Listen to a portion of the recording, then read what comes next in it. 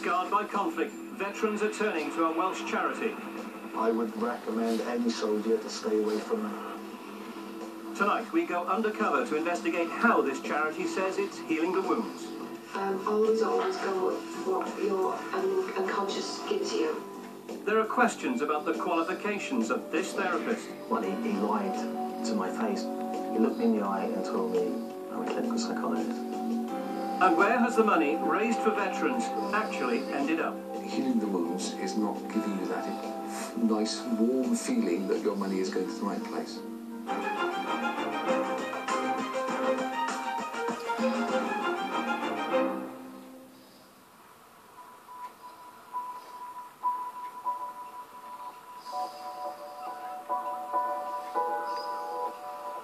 It just creeps up on you.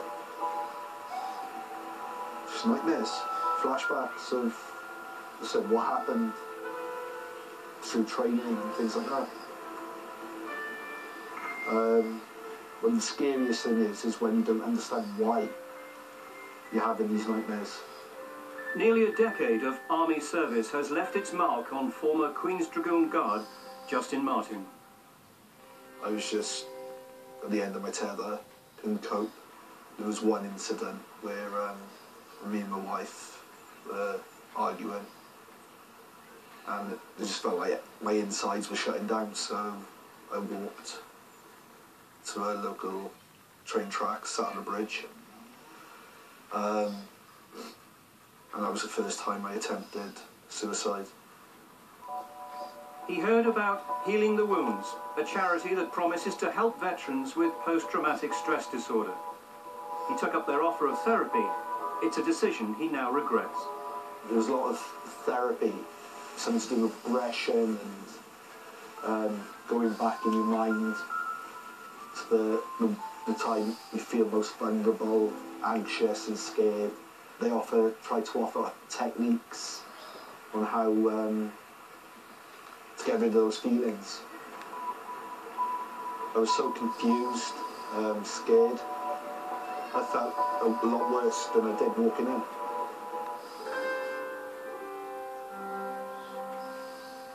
The therapy is controversial. It's called NLP, or Neuro-Linguistic Programming. Its aim is to change patterns of mental and emotional behaviour. I'd done 2 full days. It was on the 3rd day, I think, I'd left. Or my wife at the time come to collect me. And as I say, when she came through the doors, it was such a relief. I was left feeling worse than I did before I attended Healing the Wounds. How bad did you feel? I was suicidal. There are 250,000 war veterans in Wales, and some of them still have physical and mental scars that are putting a strain on mainstream services and the NHS. As a result, charities have sprung up in recent years to fill the gap. And tonight, we'll be investigating one of them and asking, does it do what it says on the tin? Healing the Wounds has raised almost £500,000 in recent years to help veterans with PTSD, but they're using unconventional treatments which are raising concerns in some quarters, including the NHS. None of them are cured as far as I've seen after 3 days treatment. Some have been made very unwell as a result of going there and have needed a lot of support from the NHS and veterans charities. Dr. Kitchener deals with veterans who turn to the NHS for mental health treatment. How distressed do they become? Well, emotionally distressed, more anxious, more depressed, self-harming, suicidal ideation, and being very chaotic and very difficult to be around and live with. The NHS has been trying to persuade Healing the Wounds to move away from mental health treatment. We have asked them to stop it. We've showed them the evidence from the NHS and the NICE guidelines. We've shared our concerns with them, and yet they continue to operate in the way they do. The charity has been saying in recent months that it no longer treats PTSD sufferers, it supports them. We asked a veteran in to work undercover for us to find out exactly what Healing the Wounds is offering. A former Falklands veteran, he doesn't have PTSD, but he rang the charity and described some symptoms. I explained my symptoms. I was getting quite angry, couldn't sleep, drinking too much, using drink to help me go to sleep, and the fact that my wife had thrown me out. Over the telephone, Healing the Wounds told him that if he went to his GP, he'd probably be put on a waiting list, but they could see him more or less straight away. I was a little bit surprised that she didn't ask if she could phone my GP.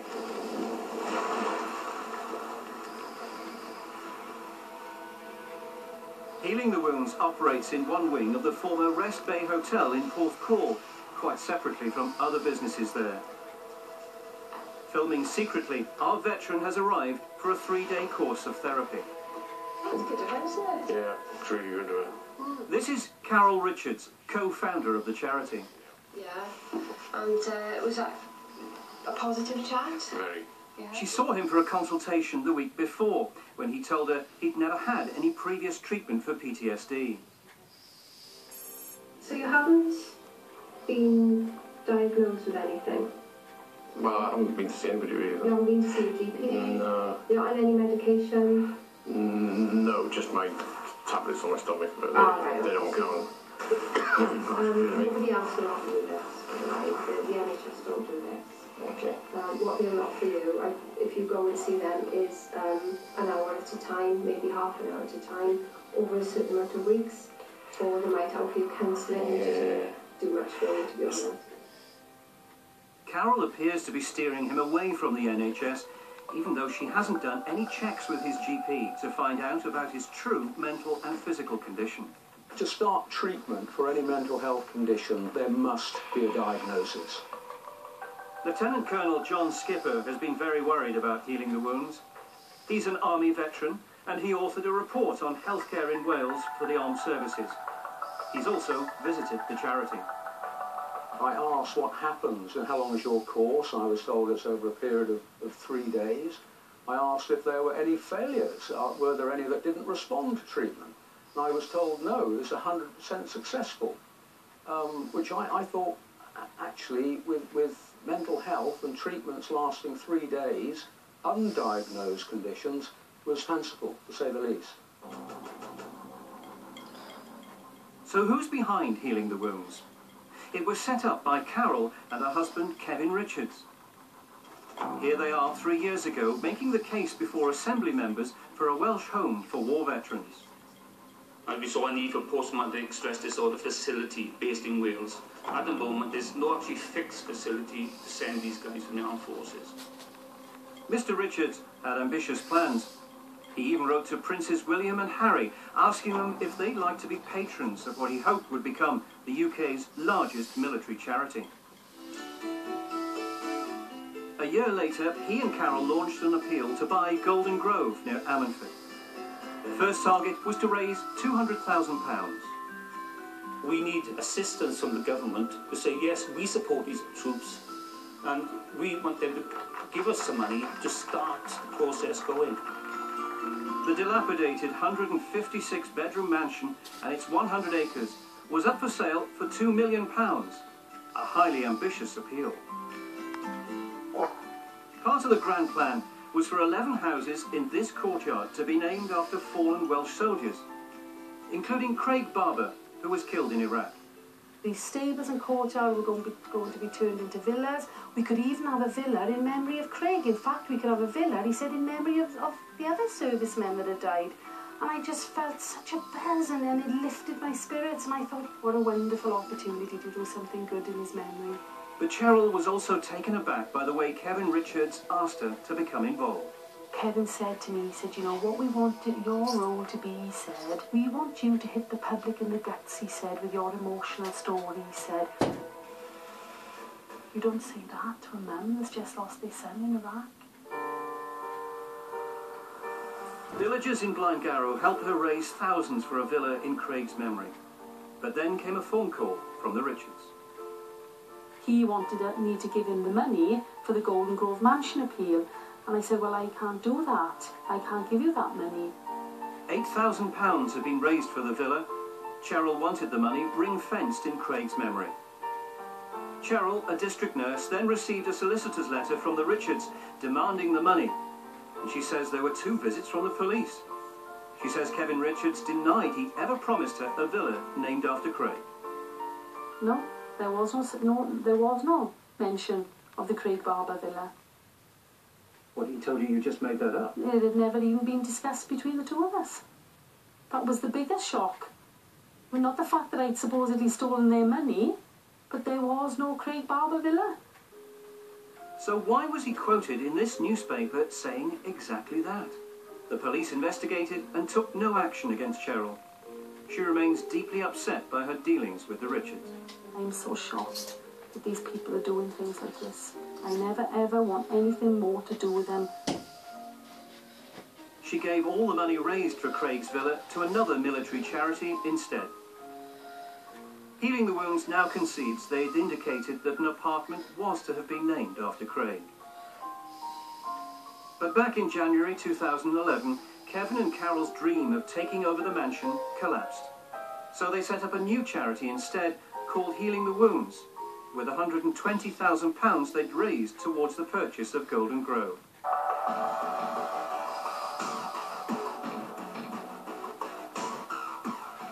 Across Wales, people have been doing their best to raise money, first for the Golden Grove appeal, and then for Healing the Wounds. Here to help them in any way we possibly can.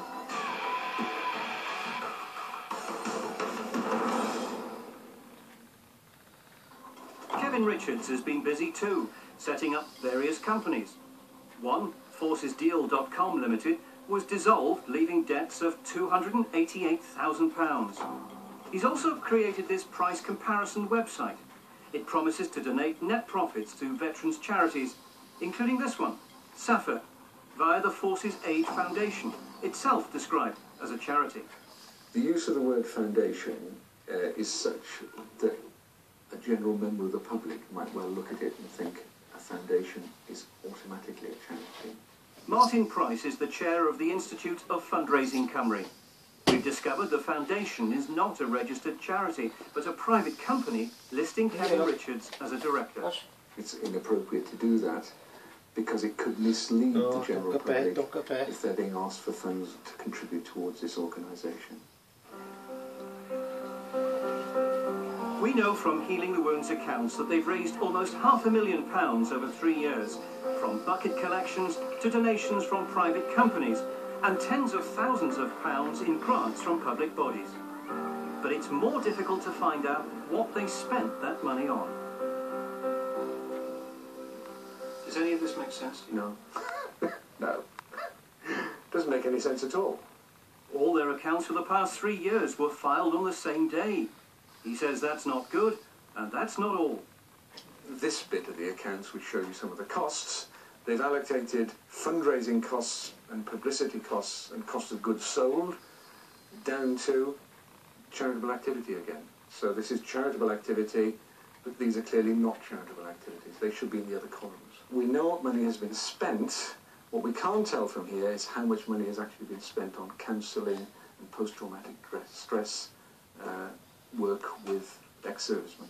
These accounts have not been produced to the Statement of Recommended Practice for charities. Healing the Wounds is not giving you that nice, warm feeling that your money is going to the right place. Healing the Wounds told us that using the word charity in connection with the Forces Aid Foundation was an error, and they thanked us for bringing it to their attention. They added that the foundation has been dissolved, and all references to it will now be removed. Meanwhile, back at Healing the Wounds, Carol still hasn't made any attempt to contact our veteran's GP to find out about his physical or mental health. Make sure that on that out breath, you relax it, okay? After a few minutes of this, Carol then asks him to go for a walk in his mind, back to some troubling events in his life. She tells him not to relive the memory, but to describe the emotions associated with it. And allow your unconscious to feel kind. And stop when you think that they're work to be done. I'll let you know when you're at that point.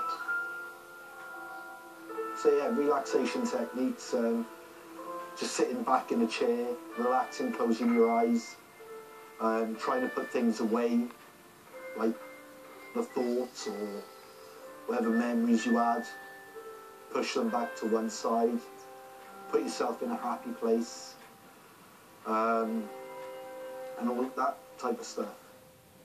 The National Institute for Clinical Excellence does not recommend using this therapy for PTSD sufferers. It's used very much as a motivational tool for individuals to become better in business and better salespersons, and it's been... Be positive, think positive. Yeah, exactly, yeah. And then it's been used and tried on psychiatric populations.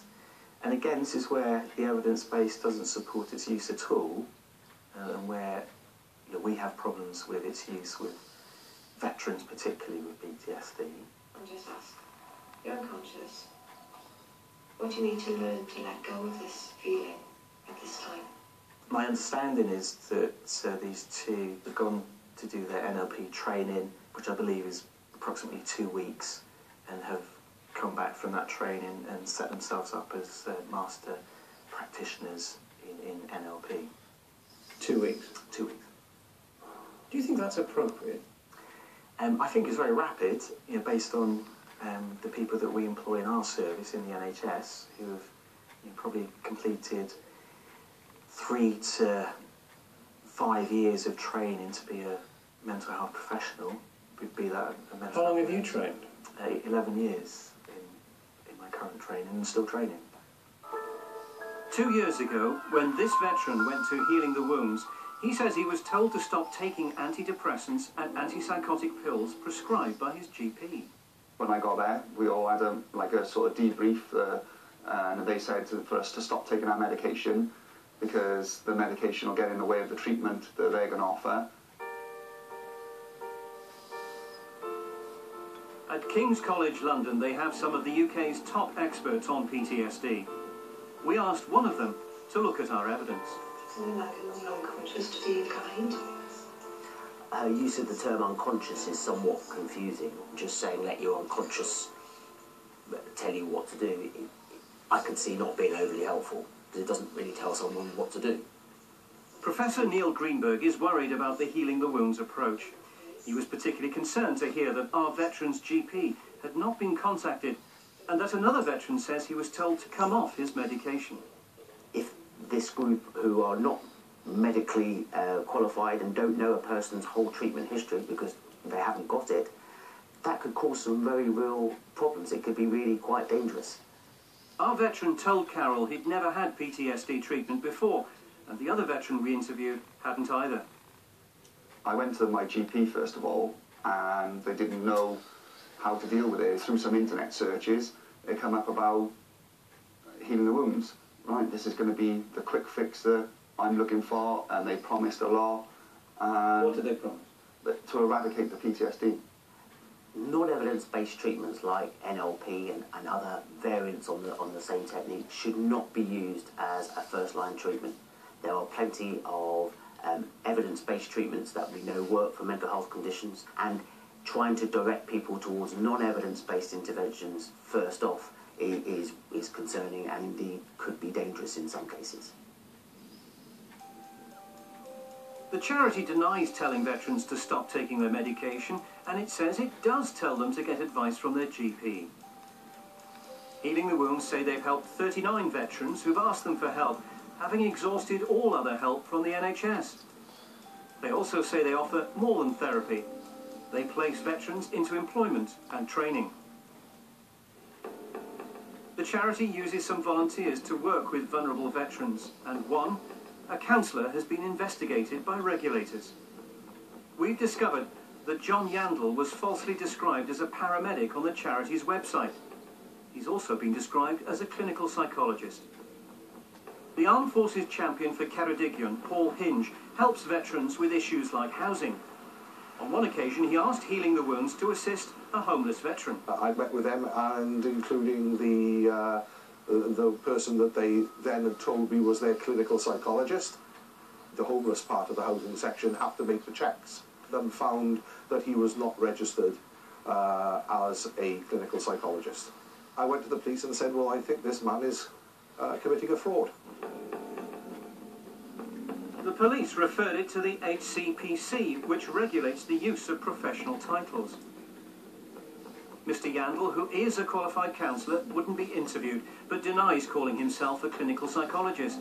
And he says he was mistakenly described as a paramedic on the charity's website. But Paul Hinge wasn't the only one who complained about him. He looked me in the eye and told me I'm a clinical psychologist. He lied to my face, whether he'd lied to Healing the Wounds as well, or whether they took him at face value that he was a clinical psychologist. They certainly couldn't have checked appropriately his qualifications, as they would have found out he wasn't a clinical psychologist. The HCPC found that John Yandel had not been complying with the rules, although he's promised to do so in future. He's told us that Healing the Wounds did not check his qualifications, though, before he started counselling veterans for them. Back at Healing the Wounds, after an hour and a half of therapy, Carol says that's it for the day. And try and just forget about everything for now and just enjoy your afternoon. What you got? You've got a bit in the room. You've got my number anyway. Yeah? If you need to, just use it. And as this is a residential course, Carol sends him to a hotel for the night. The surprising thing for me, really, it was completely left to my own devices. When the door closes behind you, you start to think that you have actually got 20-odd hours on your own in a strange hotel room. Veterans we interviewed who have PTSD told us that being left alone after the therapy was the worst part of the 3-day course. After our therapy session then, I remember saying I felt a bit tired and a bit agitated. And that night was probably one of the worst nights I've ever had. I was having nightmares. I wet the bed. Cold sweats. Felt so scared and so alone. I had the overwhelming urge just to end it all. Though he was unhappy, Justin didn't complain. But this man says he did. The one night, I was having a real bad time with the PTSD. So I went into the foyer and asked if they could get hold of somebody. I was maybe a bit louder than I would be normally, but that was because I'd had some flashbacks, a panic attack. The charity told us that veterans welcome the chance to have some quality time to themselves and that they're given 24-hour contact numbers. They also say they're unaware of any veteran feeling unhappy with their service. We've also heard from a number of veterans who say the charity has helped them. It's our veterans' second day of therapy. Morning. Morning, How are you? I'm alright. He asked Carol how quickly the treatment can work. What's the shortest one that you've done then? 20 minutes. 20 minutes? Yeah. It was a guy serving in the regulars, and he's seen quite a few of his mates. Most of his Italian wiped out. There's only 2 of them left. He didn't need much at all. I did a bit of work with him, very briefly, and told him to concentrate on the new guys coming in. He went back to Afghanistan and concentrated on the younger ones. My average patient probably sees me or one of our veterans therapists across Wales for anything from 4 months to a year to treat their PTSD and other comorbid problems. It's not a quick fix. Complaints have been made about Healing the Wounds to the Charities Commission and to the Welsh Government. But because there are no controls in place to regulate NLP, the charity is free to carry on.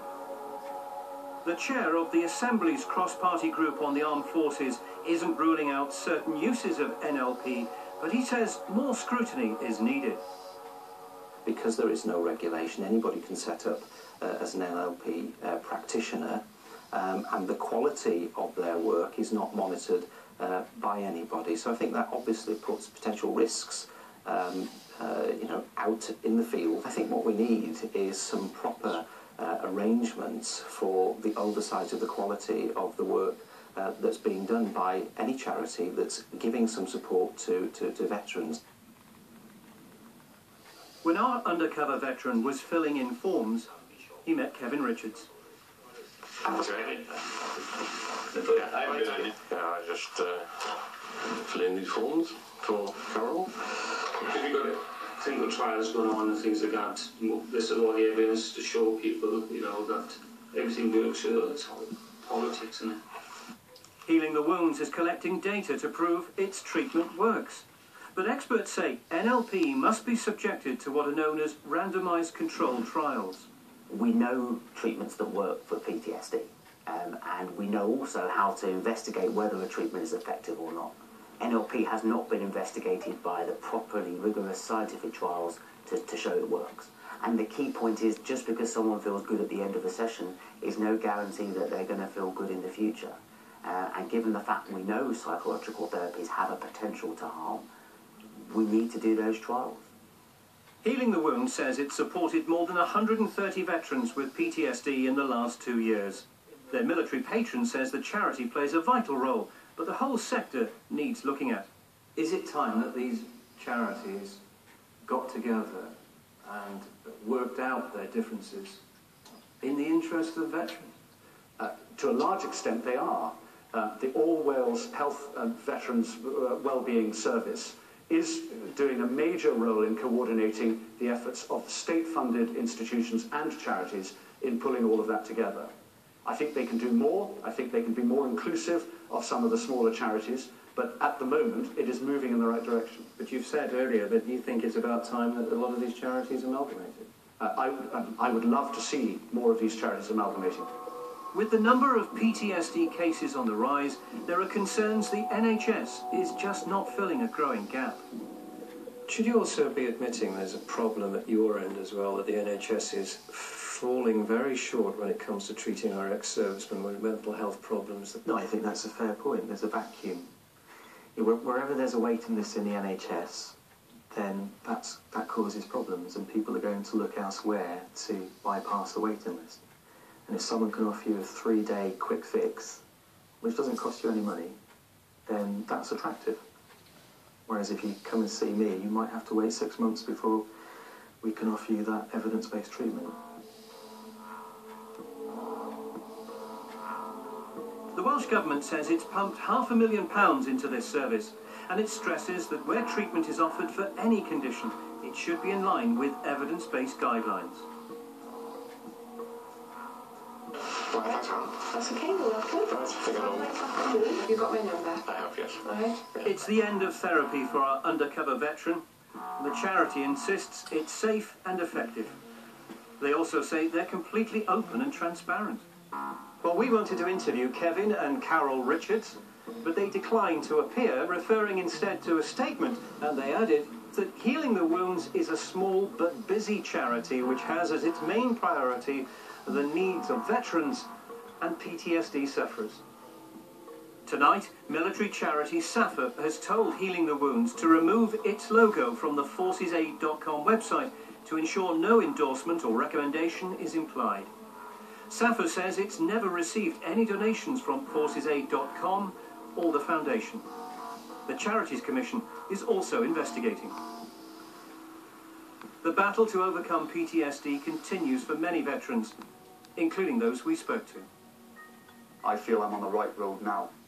If I was to go to any help for Healing the Wounds, I'd be on the slippery slope of going downhill again. And so when you first meet them, they promise you the earth. We'll help you with this, we'll help you with that. We'll do this, we'll do that, but as I said, I could have just sat down with any Joe Public and they could have done exactly the same thing as they did. It delayed me getting some proper help. I thought every charity and everybody willing to help with PTSD would be like Healing the Wounds. Thankfully, I found out otherwise, but that could have been too late. They served their country, and some have wounds to heal.